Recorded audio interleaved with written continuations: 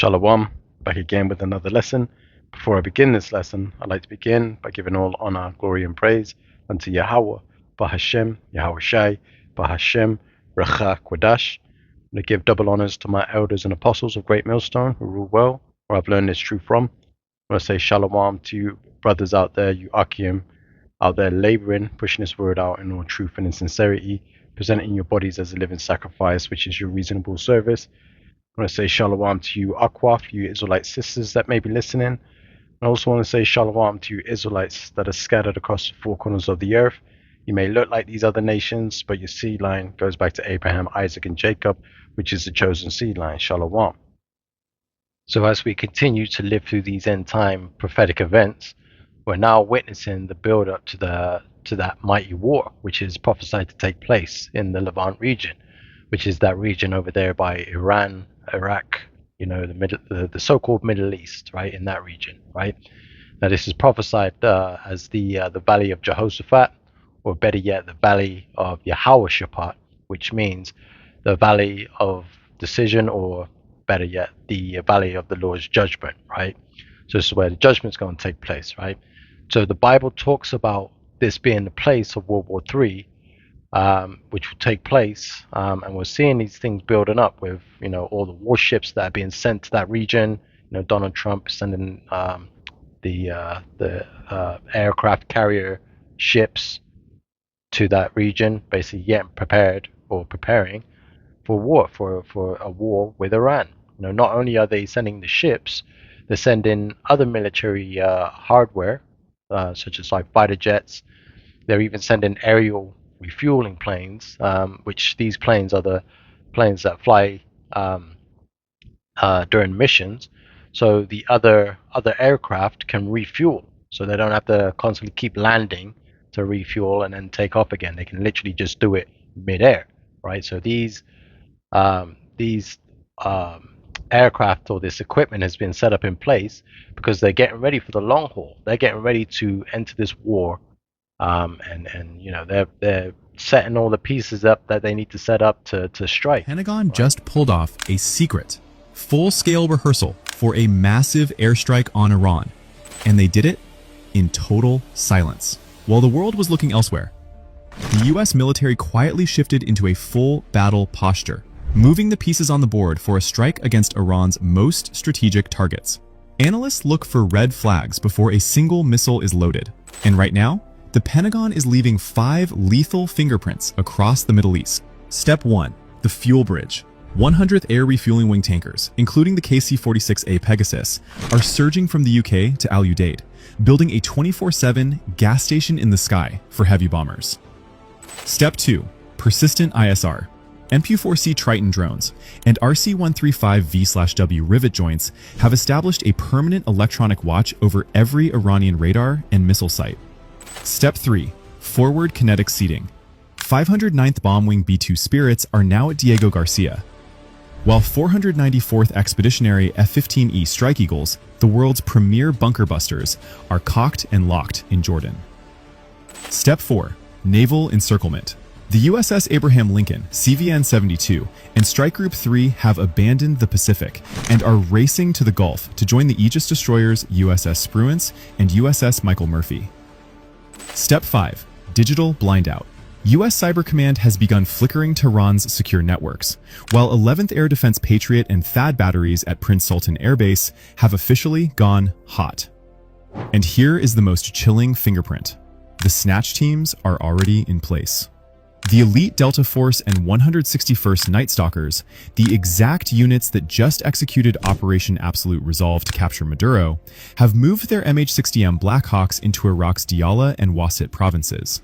They are sitting less than 300 miles from Tehran, waiting for the green light. This goes to show you that Esau is getting close to his end. He knows that his time is almost at an end, right? So I'm going to open up this lesson in the book of Matthew, chapter 24, because it talks about the times that were coming in. It's pretty straightforward. It's a very popular scripture, right? Especially with these times that we're in. This is Matthew chapter 24, verse 6. It says, "And ye shall hear of wars and rumors of wars. See that ye be not troubled, for all these things must come to pass, but the end is not yet. So as you see all these things building up in the world, you see the news unveiling more and more of these prophecies that are taking place that we can see. It is the job of the prophets to be that warning to the children of Israel, right? Where we've been set up as watchmen to be that warning. As a matter of fact, let me just go there real quick. Anytime I mention it, I always like to just go there and bring out the point. This is Ezekiel chapter 3, verse 17. It says, Son of man, I have made thee a watchman unto the house of Israel. Therefore hear the word at my mouth, and give them warning from me.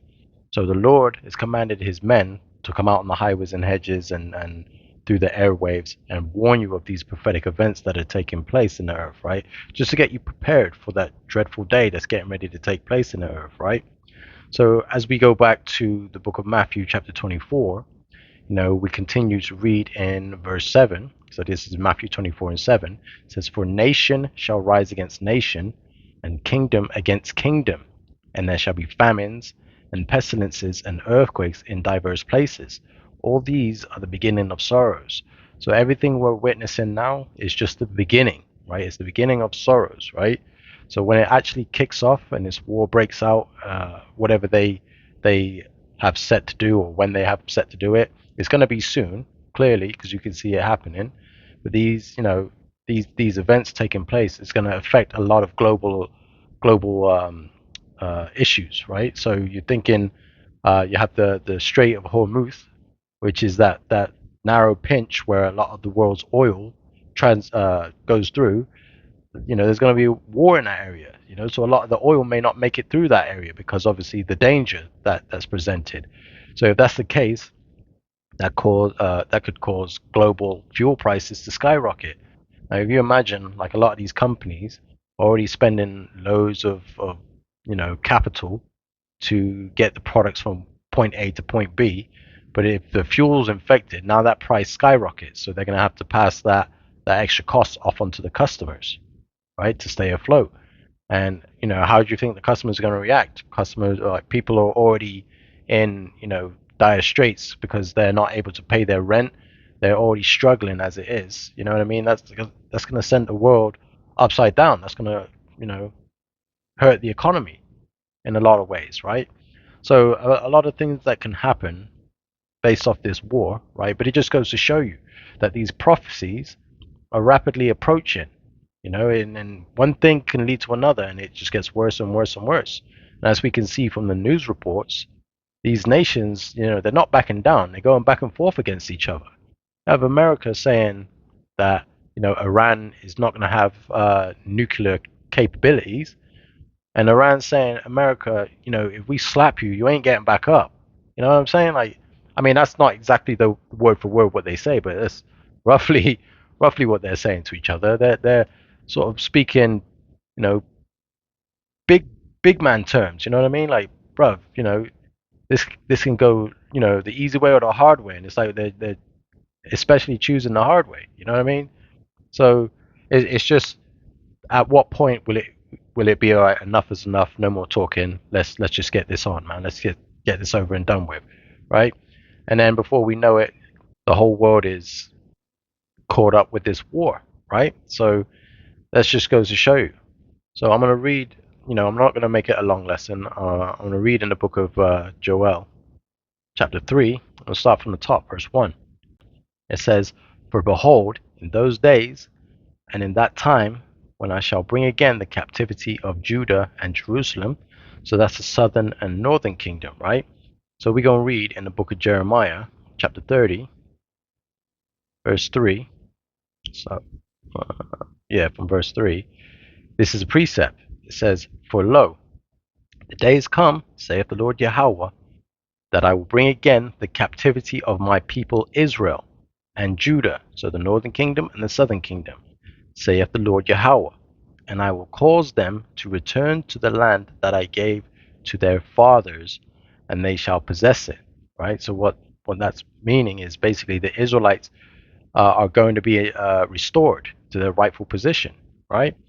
So as we go back to the book of Joel, chapter 3, right, verse 2, right? So this is Joel 3 and 2. I will also gather all nations and will bring them down to the valley of Jehoshaphat, or the valley of Jehoshaphat, which means the valley of the Lord's judgment, right? And will plead with them there for my people and for my heritage Israel, whom they have scattered among the nations and parted my land, right? Now, because of the disobedience that the Israelites had towards the Most High, Yahweh, right?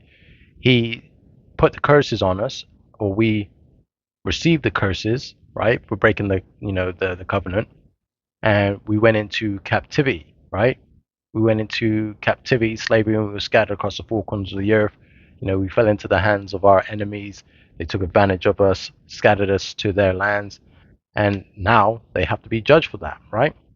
So, verse 3, so this is Joel chapter 3, verse 3, says, "And they have cast lots for my people, and have given a boy for an harlot, and sold a girl for wine that they might drink." Now, if you think about the sub-Saharan slave trade, so that means the Arabs had us in slavery at some point in history, right? The sub-Saharan slave trade, right? Verse 3 says, "And they have cast lots for my people, and have given a boy for an harlot, and sold a girl for wine that they might drink. Yeah, and what have ye to do with me, O Tyre and Zidon, and all the coasts of Palestine? Will ye render me a recompense? And if ye recompense me swiftly and speedily, I will return your recompense upon your own head." Now, Tyre or Tyre, some people say Tyre, I would say Tyre, right? So Tyre and Zidon, these are Hamitic people, right? These are Africans, right? Or what we would classify as Africans today, right? But they were, Hamitic people, right? So they did these things along with the Arabs during the sub-Saharan slave trade. They were selling us Israelites into slavery, just like they did with the transatlantic slave trade, right? So as we keep reading, this is what they did. It says, this is Joel chapter 3, verse 5. It says, "Because ye have taken my silver and my gold, and have carried into your temples my goodly pleasant things," right? It says, "The children also of Judah and the children of Jerusalem, the southern and northern kingdom, ye have sold unto the Grecians, that ye might remove them far from their border," right? And this is why you get the notion Africans sold Africans into slavery. No, the truth is Africans sold Israelites into slavery. When Israelites fled from Jerusalem in 70 AD, fleeing the Roman persecution, they fled into the interiors of Africa, but ended up on the west coast of Africa, to which the African tribes in that area rounded us up and put us on slave ships to the so-called Edomites, right? And sent us to the four corners of the earth, right? So you sent us away far from our borders, right? You sold us to the Grecians, right? And this is what you did. So now you have to face that judgment that the Lord's getting ready for you, right? There's no escape from your judgment. All the nations are going to go into slavery, right? All the nations that had the Israelites in captivity are going into captivity, right? That's literally how it's going to go. And verse 7, this is Joel chapter 3, verse 7, it says, "Behold, I will raise them out of their place, whither ye have sold them, and will return recompense on your own head." Like, so you're going to get back what you did to us, right? So the violators about to get violated. You understand? So if we, I got another precept here in the book of Psalms 137.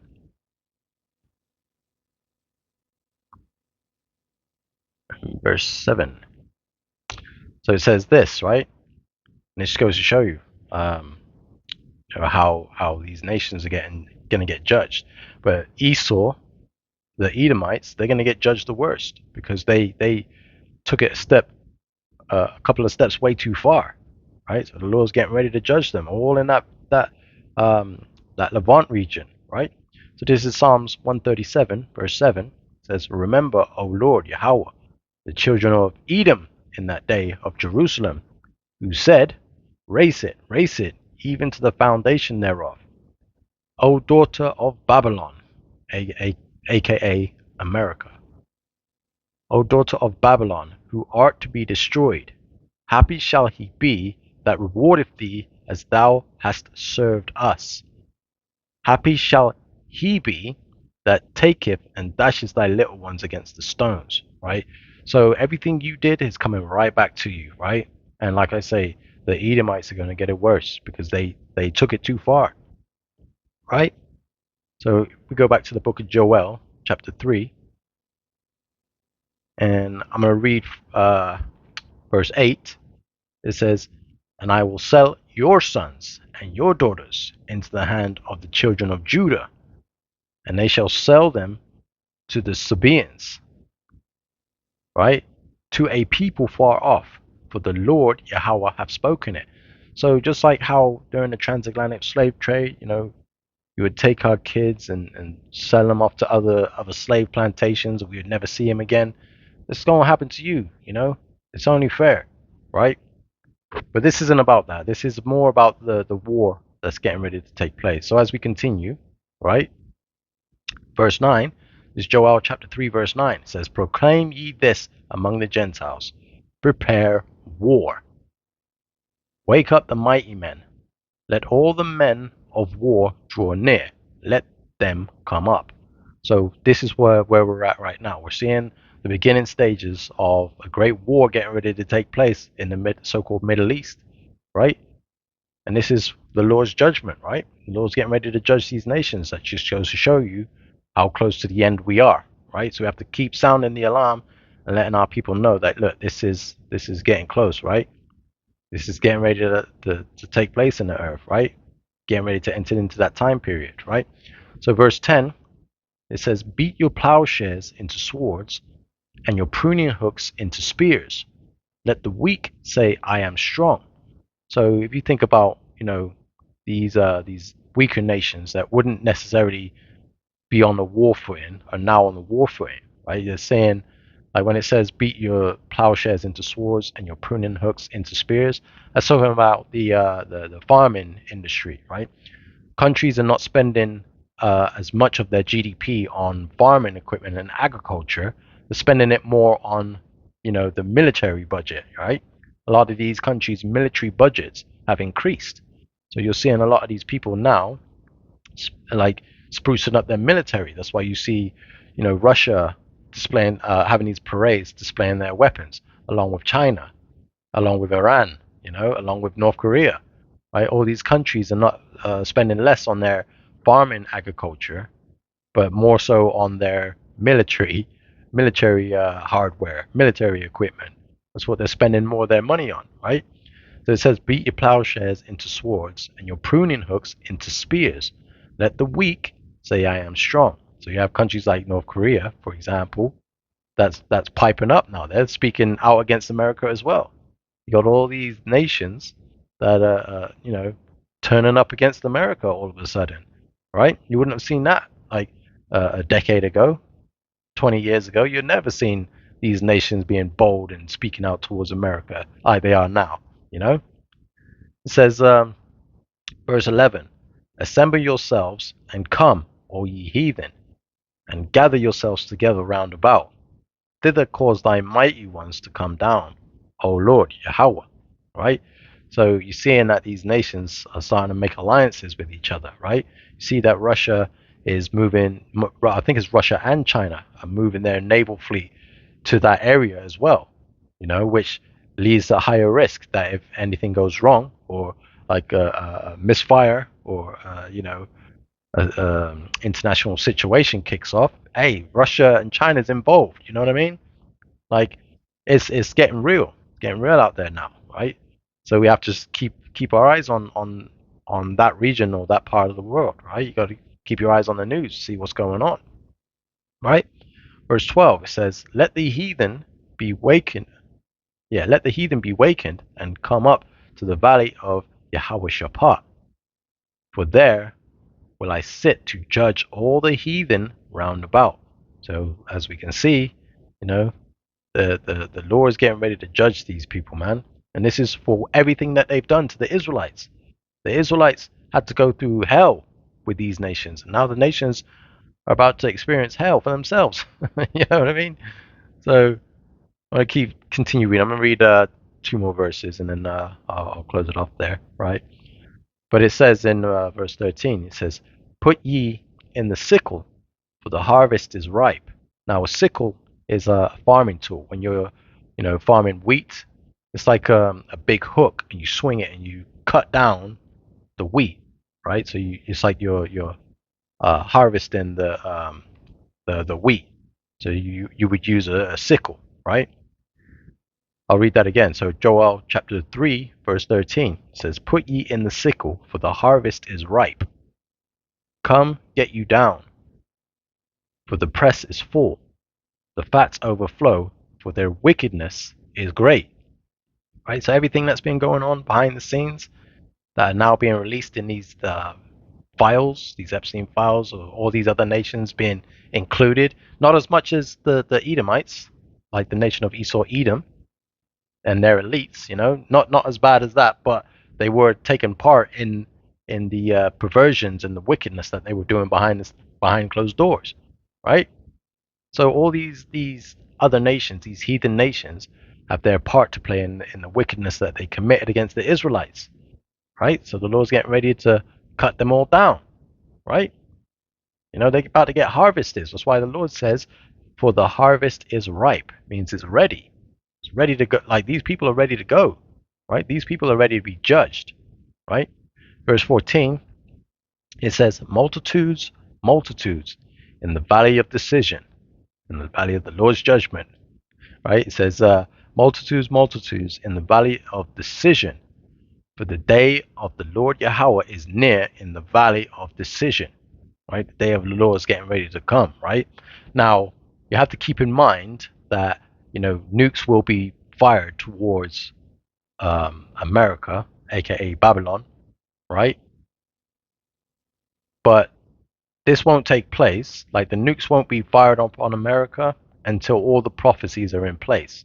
So you have to keep in mind that there's still the MOTB that needs to be in full effect, in full swing, right? That's the mark of the beast, right? That has to be in full swing, which we understand at this point in time it's not fully implemented. It's the system's ready, but it's not implemented yet, right? So it's not being made mandatory that you have to take it, right? But once that time comes, and that just lets you know, like, this war is getting ready to kick off, right? So it could be a short time after where something happens in the world, like the economy goes to crap, and then they have to introduce their micro C hip, which once everybody's got that, then it's quite literally, as fast as these prophecies are falling off the pages, I won't be surprised, if it weren't within a few years from now, right? That all of this that we're out of here. You know what I mean? The Israelites are restored back to their rightful place. But that's just me, thinking out, just off the top of my head, like something kicking off in the so-called Middle East, and then the economy goes to crap, and then you know what I mean? Like that's just me speaking as a man, but it could happen, right? But I pray that this lesson has been edifying through the spirit and power of Yahweh Bashim Yahushai. I want to give double honors to my elders and apostles of Great Millstone who've taught me this truth. I want to say shalom to you, Akim, you brothers out there laboring, pushing this word out in all sincerity and in truth. I want to say shalom to Israelite sisters that may be listening, and shalom to Israelites that are scattered across the four corners of the earth. May look like these other nations, but your seed line goes back to Abraham, Isaac, and Jacob. And it's on to the next one, Lord willing. Shalom.